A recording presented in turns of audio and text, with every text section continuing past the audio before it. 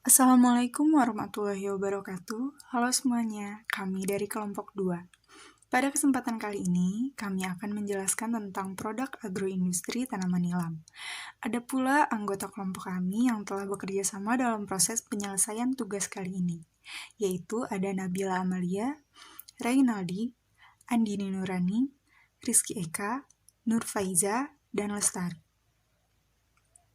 Sebelumnya, kami juga ingin mengucapkan terima kasih yang sebesar-besarnya kepada dosen pengampu kami, yaitu Ibu Asri Widyasanti. Penjelasan materi pertama akan disampaikan oleh Saudara Reynaldi mengenai karakteristik tanaman nilam. Baik, karakteristik daun nilam. Pertama, saya akan menjelaskan dulu mengenai karakteristik dari sisi agroekologi. Baik, pada umumnya tanaman nilam ini termasuk tanaman yang mudah tumbuh seperti herbal-herbal lainnya. Lalu, untuk memperoleh produksi dan mutu yang tinggi di produksi akhir yaitu minyak nilam, perlu ada peningkatan atau upaya budidaya nilam untuk memperoleh hasil yang maksimal. Kembali ke karakteristik. Yang pertama yaitu tanaman nilam dapat tumbuh di dataran rendah hingga dataran yang tinggi, yang mempunyai kisaran ketinggian 2.200 meter di atas permukaan laut. Lalu yang kedua ada curah hujan. Nah, jadi curah hujan ini harus ada di angka kisaran 2.500 sampai 3.500 mm per tahun. Dan tentunya harus merata sepanjang tahun. Yang ketiga, ada suhu udara. Suhu udara ini harus optimal dan harus ada di kisaran angka 24 derajat sampai 28 derajat Celcius dengan kelembaban udara lebih dari 75%. Dan yang terakhir yaitu tanah yang diperlukan. Tanah yang diperlukan untuk menanam nilam ini harus subur dan gembur serta kaya akan humus. Ini merupakan salah satu nutrisi mungkin ya yang diperlukan untuk perkembangan daun nilam. Lalu selanjutnya ada karakteristik daun nilam dari sisi keragaman. Nah, unik nih. Jadi tanaman nilam ini memiliki keragaman genetik yang relatif rendah. Ini merupakan kendala yang dihadapi selama ini. Jadi rata-rata keragaman dari daun nilam tuh semuanya hampir mirip karena nilai genetiknya rendah. Yang selanjutnya ada pohon industri. Di sini ada pohon industri minyak nilam. Yang pertama, daun nilam dibagi menjadi minyak nilam atau limbah. Minyak nilam dibagi menjadi dua, yaitu oxygenated hydrocarbon dan hidrokarbon. Hidrokarbon dibagi menjadi dua, industri pestisida dan industri cat. Oxygenated hydrocarbon ada 4. Yang pertama, batu-cori alkohol, eugenol, benzaldehid, dan sinamaldehid. Yang pertama, patchouli alkohol itu ada 3, yaitu industri parfum, industri toiletries, dan industri kosmetik. Eugenol itu dibagi menjadi 2, yaitu industri rokok dan industri farmasi. Selanjutnya, benzaldehid itu ada 3 industri. Yang pertama, industri parfum, kosmetik, dan farmasi. Selanjutnya, sinamaldehid yaitu mempunyai industri farmasi. Berikut adalah proses pengolahan daun nilam menjadi minyak nilam.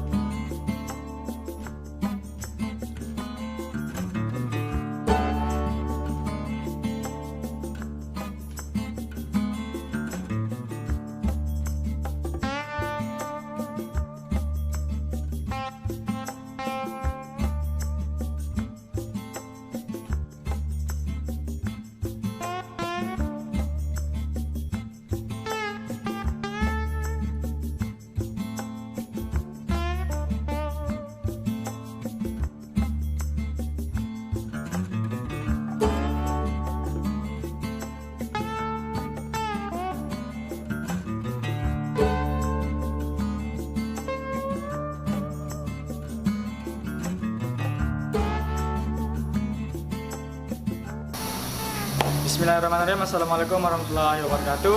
Perkenalkan, nama saya Ahmad Gufron. Posisi saya di pabrik nilam ini adalah sebagai teknisi mesin. Baik, sedikit saya akan menjelaskan tentang proses destilasi minyak nilam. Baik, yang pertama, proses pertama yaitu pengeringan bahan baku yang dilakukan selama kurang lebih 1 hari atau 2 hari. Selanjutnya, setelah melakukan pengeringan, kita melakukan pencacahan, di mana panjang cacahan tersebut kurang lebih 5-10 cm.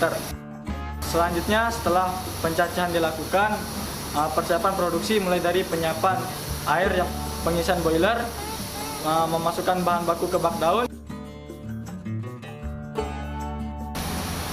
Setelah memasukkan bahan baku di bak daun dan air di boiler, selanjutnya kita melakukan proses pembakaran untuk menyalakan api, di mana boiler tersebut mencapai tekanan 40 hingga 60.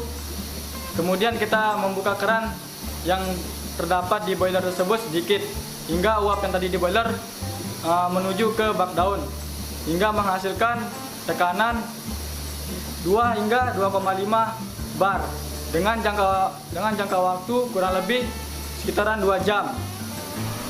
Selanjutnya, setelah proses pengukusan pada bak daun, maka proses yang terakhir adalah proses pemisahan minyak, yaitu yang dilakukan pada kondensor dengan jangka waktu kurang lebih 2 hingga 3 jam. Baik, itulah video dari kami. Terima kasih sudah menonton, semoga bermanfaat buat semuanya. Assalamualaikum warahmatullahi wabarakatuh.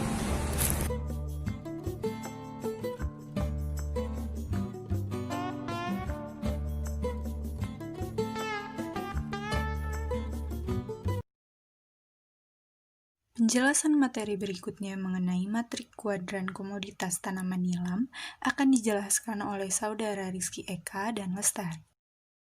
Strength, yang berarti kekuatan. 1. Pelanggan sudah disegmentasikan. Para pelanggan sudah menetapkan segmen pelanggan mana saja yang akan dituju, sehingga memudahkan dalam proposisi nilai yang ditawarkan. Kedua, memiliki standar mutu.